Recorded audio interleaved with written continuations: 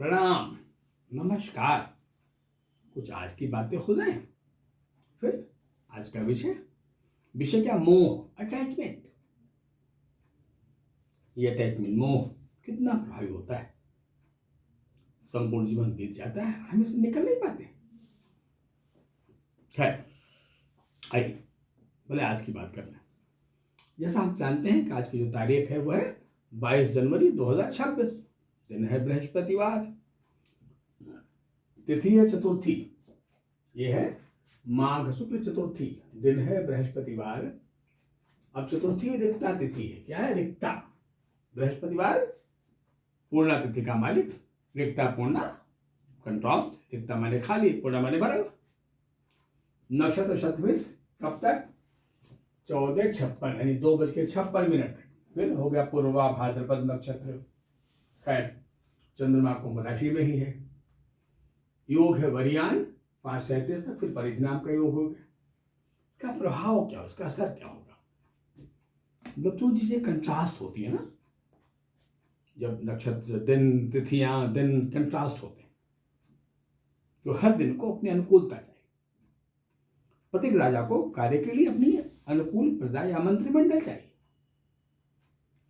ये जब होता तो बड़ा कंट्रावर्सी होता है, जैसे आजकल चला ना। प्रयाग को ले लीजिए, गोस्वामी जी हैं, शंकराचार्य जी हैं, प्रशासन एक तरफ, अपनी तरफ। ये क्या करता है? ये जो ग्रहों का एक कॉम्बिनेशन, समीकरण है कि मकर में 4-5 में इकट्ठे हो गए। और मकर बहुत महत्वपूर्ण है, 10 नंबर है ना, 10 इंद्रियों का निग्रह है। चाहे 5 सेंसरी आर्गन हो, चाहे 5 हमारे कर्मेंद्रियां हो और ज्ञानेंद्रियां हो, इन 5-10 का। तभी तो मकर संक्रांति कहा गया है। तभी तो लोग प्रयाग जाते हैं। क्यों जाते हैं भाई? क्योंकि अयन के 2 वर्ष होते हैं। अयन वर्ष 6 महीने का होता है। 6 महीना दक्षिणायन, 6 महीना उत्तरायण, 6 महीने उत्तरायण, 6 महीने दक्षिणायन। दक्षिणायन में रातें बढ़ने लगती हैं, बढ़ते बढ़ते बढ़ते जब धनु संक्रांति आती है ना, तो रातें खूब बड़ी हो जाती है। फिर एक तारीख आता है 14 या 15 जनवरी, जब हम कहते साहब मकर संक्रांति आ गई। अब संक्रांति आ गई तो फिर क्या हो गया? अब हम अंधकार से प्रकाश की ओर, तमसो मा ज्योतिर्गमय, अंधकार से प्रकाश की ओर, रोशनी की तरफ, माने अज्ञानता से ज्ञान की तरफ। ये शुरुआत होता है मकर संक्रांति, जब सूर्य देव उत्तराखाड़ नक्षत्र से शुरू करते अपनी यात्रा को। लेकिन जब ये 10 नंबर बड़ा बोझिल हो जाए, बड़ा भार हो जाए, कि कहीं भी जहां भार होता है ना, जो चीजें बोझिल होती है वो कंफर्टेबल नहीं होती है। यात्रा में आप भार लेके चलिए, आप कंफर्टेबल नहीं कह जाएंगे। अब कितने ग्रह पे इकट्ठे हो गए भाई? सूर्य मकर में, चंद्रमा भी कुछ दिन पहले मकर में ही था, अब तो कुंभ में आ गया है। मंगल मकर में, शुक्र मकर में, बुध मकर में। 4 ग्रह, सूर्य, मंगल, बुध, शुक्र, चंद्रमा था तो 5 थे। और कुछ अगल बगल में ही तो है। राहु कुंभ में बगल में ही, बृहस्पति मीन में बगल में ही, शनि मीन बगल। खैर, कहीं न कहीं जो मकर है वो ओवरलोड है। ओवरलोड चीज डिसबैलेंस होती है, विवादास्पद होती है। इतने बड़े बड़े पर्व आते थे, महाकुंभ, इस किस्म का विवाद कम होता था। विवाद हो गया प्रशासन का विवाद और शंकराचार्य का विवाद। शायद किसी ने बड़प्पन का परिचय नहीं दिया। शंकराचार्य, आदिगुरु शंकराचार्य एक बड़ी, बहुत बड़ी पदवी है। काश बड़प्पन का परिचय दे दिया होता। कि हम प्रशासन को कोऑपरेट, जिसमें आप कंफर्टेबल हो, हमें मंजूर है। हमारा उद्देश्य है प्रयाग में स्नान करना, हम कर लेंगे, थोड़ी सुविधा के साथ कर लेंगे भाई। या प्रशासन कहता कि साहब अगर आपको कोई तकलीफ हो गई है मेरी गलतियों से जाने में, तो हम माफी चाहते हैं, बातें खत्म हो जाती। विवाद नहीं बढ़ता ना। पर शायद कोई बड़प्पन का परिचय नहीं दे, कोई मकर से शिक्षा नहीं ले रहा है, कुछ ज्ञान की शिक्षा नहीं ले रहा है, कोई जड़ता से बाहर नहीं निकल रहा है। जबकि ज्ञान कहता है, विद्वान की पहली परिभाषा क्या है? विद्या ददाति विनयम, विद्या विनय देती है, विद्या विनम्रता देती है। विद्वान होना और विद्या को जान दोनों बड़ा फर्क होता है। जो धारण कर ले विद्या को पुत्र से वही तो विद्वान होता है, जो कर लिया वो विनम्र हो गया, बड़ा हम्बल हो गया।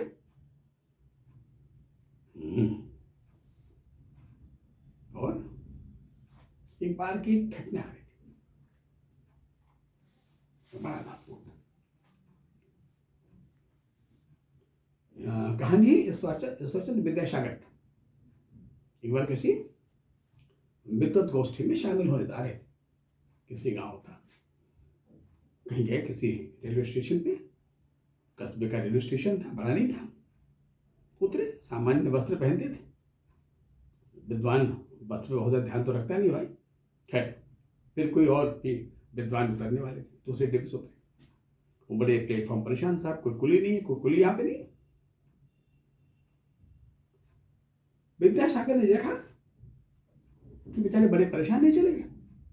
साहब बताएं कहाँ साहब, अरे ये कैसा स्टेशन है, वो कुली नहीं है, मुझे जाना है गोष्ठी में और ये सामान मुझे पहुँचाना था। कल साहब मैं पहुँचा देता हूँ। और वो सामान रखे सर पे लेके चल पड़े। वहाँ लोग बड़े बेसब्री से प्रतीक्षा कर रहे थे विद्यासागर जी का कि साहब दरअसल विद्यासागर आने वाले। देखती जनसमूह उमड़ पड़ा कि सब आगे गरीब सामान क्या नहीं, ये हमारे साथ जो सज्जन उनका। खैर लोगों ने पकड़ लिया, पर वो सज्जन बड़े शर्मिंदे, बड़े लज्जित। एक जो इतना बड़ा विद्वान है और वो कितना सहज है, कितना विनम्र है। खैर विद्वत्ता का विनम्रता होनी चाहिए, विनम्रता ये उसका बहुत बड़ा अलंकरण है। अहंकार में विद्वत्ता नष्ट हो जाती है। विनम्रता हमारे प्रकृति का बहुत बड़ा अलंकरण है। खैर ये ऐसे ग्रही आजकल चल रहे हैं, अभिवाद ऐसे बहुत सारे होते रहेंगे, तमाम उठापटक होगा, न्यायालय कुछ और कहेगा, संविधान कुछ और कहेगा, राजनीतिक पार्टियां कुछ और कहेंगी, बहुत बात है, कहीं की घटनाएं हो जाएंगी। एक ऐसा समय ही चल रहा है जो बड़ा उहापोह का समय है। आइए अब विषयांतर, हम विषय बात है। मैंने आज का जो विषय चुना है, कई मित्रों के प्रश्न करने पर, मोह शब्द, अटैचमेंट, मोह, मोह, जड़ता, जाड्या धिया हरति सिंचति वाचत। कि अच्छा मित्र क्या करते हैं, जाड्या धियो हरति, जड़ता हमारे बुद्धि से हर लेता है, दूर कर देता है, मैंने हमारे ज्ञान को, हमारे बुद्धि को प्रकाशमय कर देता है। खैर ये मोह है, अटैचमेंट। इसको कौन सा रूल करता है, क्या शनि का ये रात्रि सत्ता का मालिक है। हमारा जीवन दो सत्ताओं के बीच है ना, रात्रि सत्ता और दिवा सत्ता। अंधकार भी आता है, प्रकाश भी आता है, और दोनों एक दूसरे की वैल्यूएशन को बढ़ा देते हैं। है बात। ये मोह इंसान को बड़ा परेशान करता है। एक बार तो मैंने एक छोटी सी कविता उससे लिख दी थी। क्या लिखा था मैंने?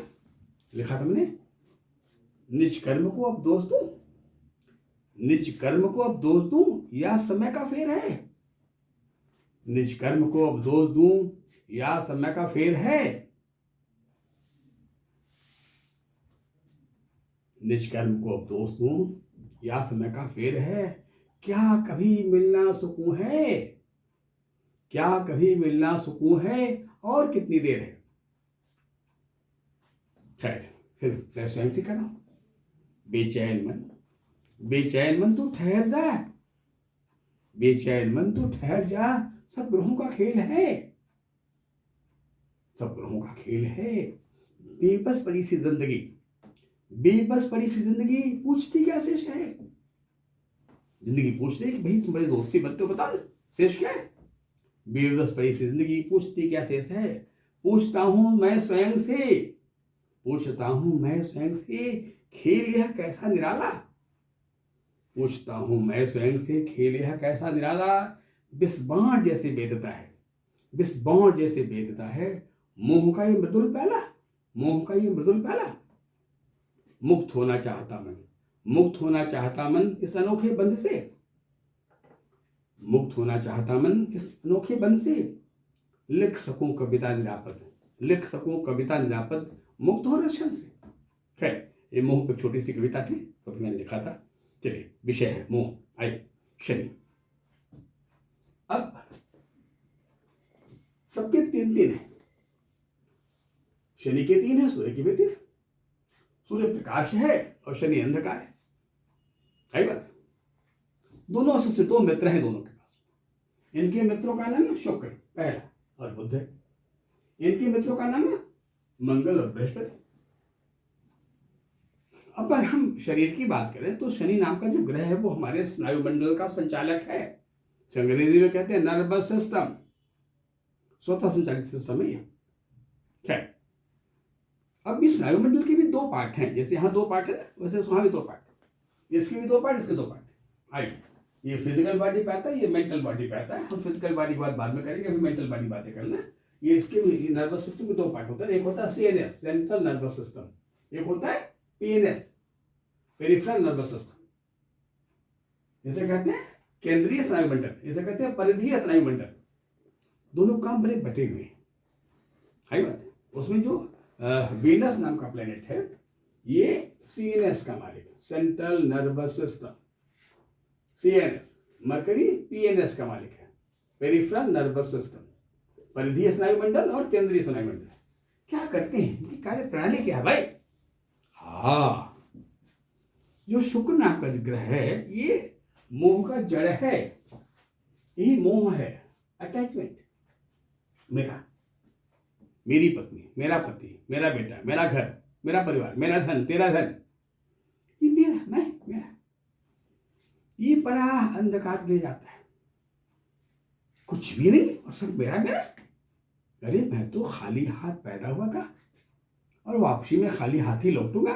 ये तेरा मेरा कहाँ से आ गया? हाँ, ये मेरी जड़ता है, मेरी अज्ञानता है, मेरा अंधकार है। आई बात। आई, ये शनि नाम का ग्रह जिस राशि में सबसे मजबूत होता है उसको हम तुला कहते हैं। लिब्रा 7 नंबर की राशि होती है भाई, ये 7।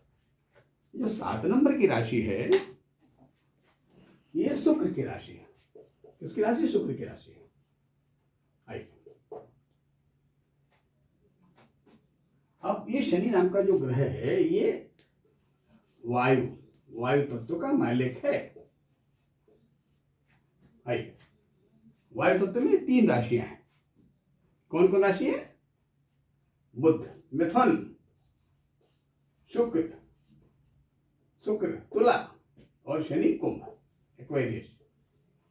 ये 3 राशियां हैं। अब तीनों की मोड डिफरेंट है, अलग अलग है। समझाने के लिए कह दूं आपसे कि ये मन की कनेक्टिविटी है। स्नायु मंडल माने मन, जो मन की संपूर्ण प्रक्रिया है ना, यही स्नायु मंडल है। चंद्रमा का भी इन्वॉल्वमेंट है। चंद्रमा तारा ग्रह तो नहीं है, लेकिन वो पृथ्वी के बड़े करीब है और हमारे मन पर उसकी बड़ी इंपॉर्टेंस फंक्शनिंग। कभी न्यायालय गए होंगे, न्यायालय में देखा होगा ना कि एक महिला की आकृति बनाई गई है, उसके हाथ में तराजू है और उसके यहाँ पर पट्टी बंधा हुआ है। अभिप्राय क्या है भाई? अभिप्राय क्या है? ये तो समझ में आया कि यहाँ तराजू है, संतुलन है, यानी यहाँ न्याय मिलता है। ये न्याय की देवी है, ये न्याय का मंदिर है, न्याय होता है। पर आपकी पट्टी क्यों बता हुआ भाई? हाँ, बहुत इंपॉर्टेंट विषय है, क्योंकि कहीं नेत्र के देख लेने से, आंखों के खुल जाने से कहीं कोई पार्शियलिटी ना है, कहीं संवेदना में। क्योंकि आपने देख लिया जैसे आंख खुश होती है तो कुछ चमक आंखों में आ गई, दुखी होती है कुछ आंसू टपकने लगे, कुछ क्रोधाग्नि है, क्रोध है, आंखें लाल लाल हो जाती, आंखें भी अपना रूप बदलती, रंग बदलती रहती है ना। क्या इसको पहले बात न हम देखेंगे न हम अन्याय करेंगे। नहीं, देखने बड़ा न्याय है, देखने में बड़ा अटैचमेंट है।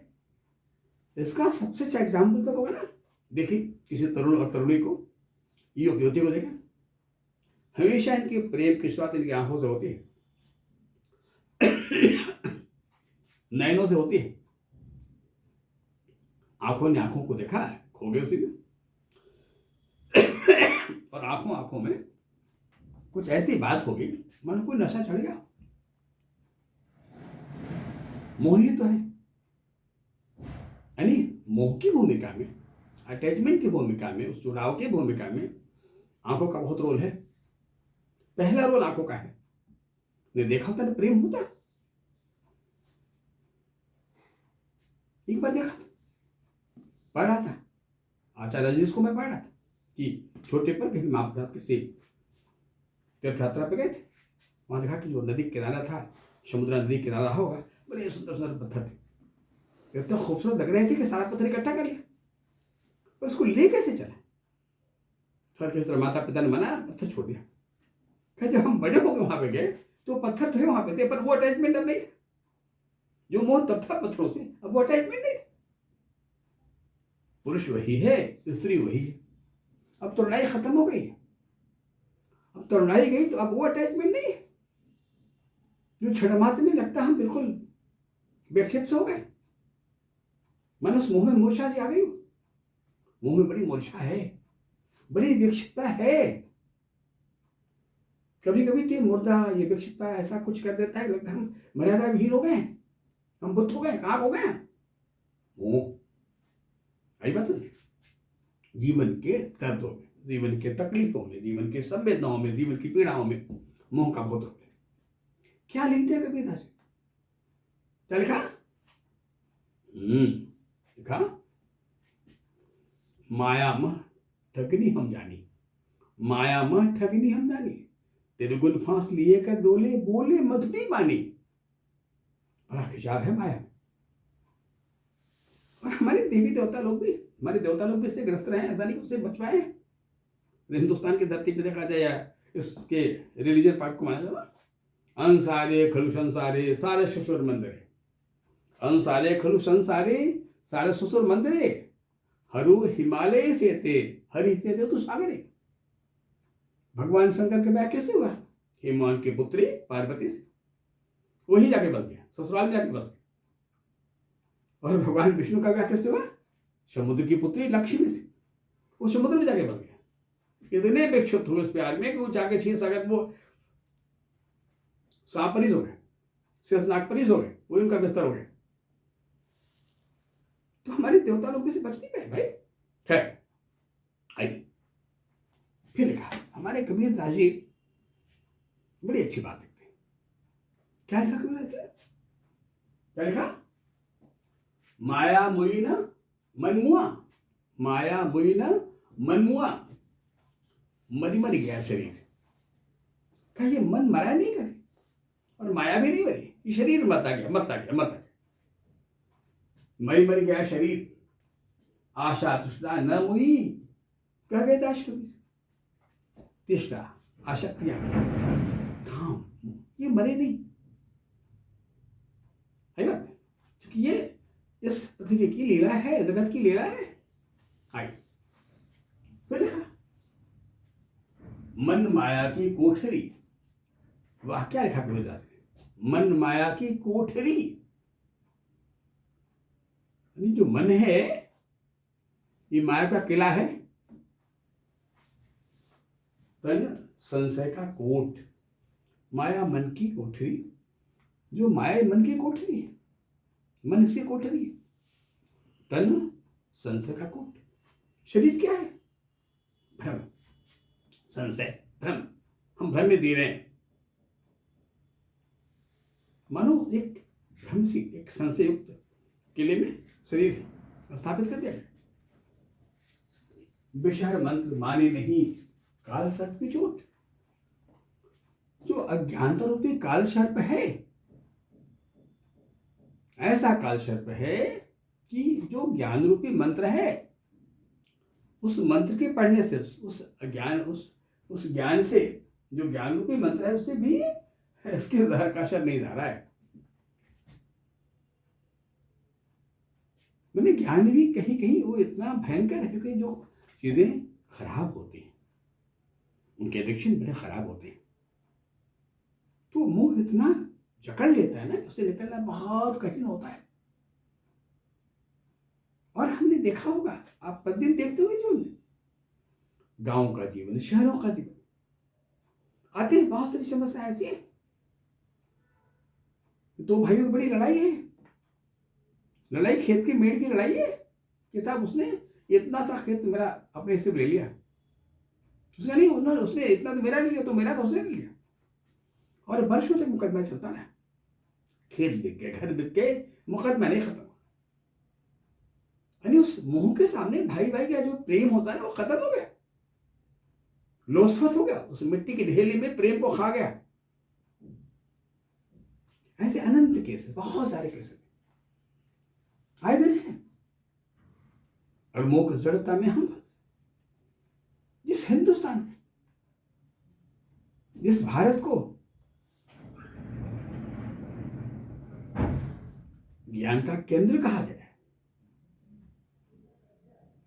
अभी यह देख रहा था कि वृंदावन, मथुरा, कुछ विदेशी लोग, कुछ जर्मन के लोग आके वहां पे हरे राम हरे कृष्ण कर रहे।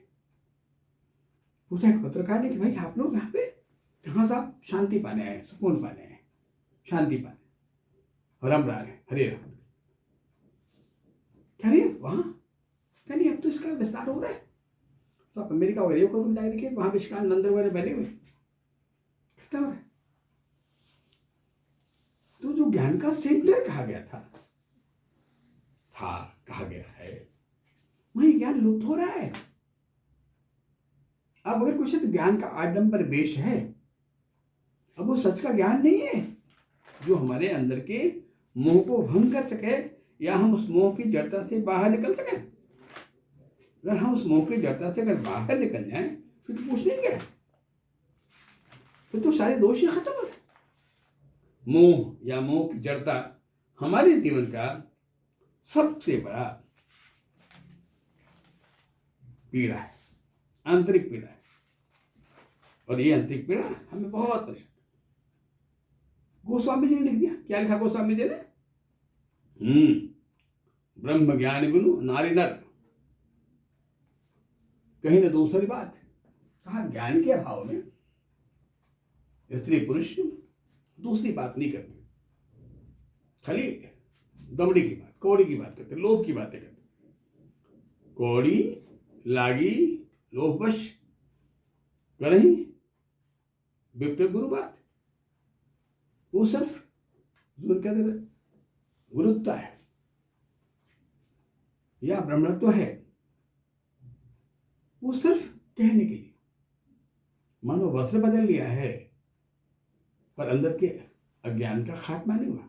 हाँ भी सच्ची कहा गया कि मन न रंगायो जोगी कपड़ा। वहां योगी ने कपड़ा रंग लिया है, कपड़ा पहन लिया है, पर अपने मन को उस गेरुए रंग में रंगा नहीं है। खैर, ये विषय बहुत लंबा बड़ा विस्तृत है, कल हम दूसरे विषय में, तब तक के लिए हम विदा लेते हैं। तब तक के लिए नमस्कार, प्रणाम।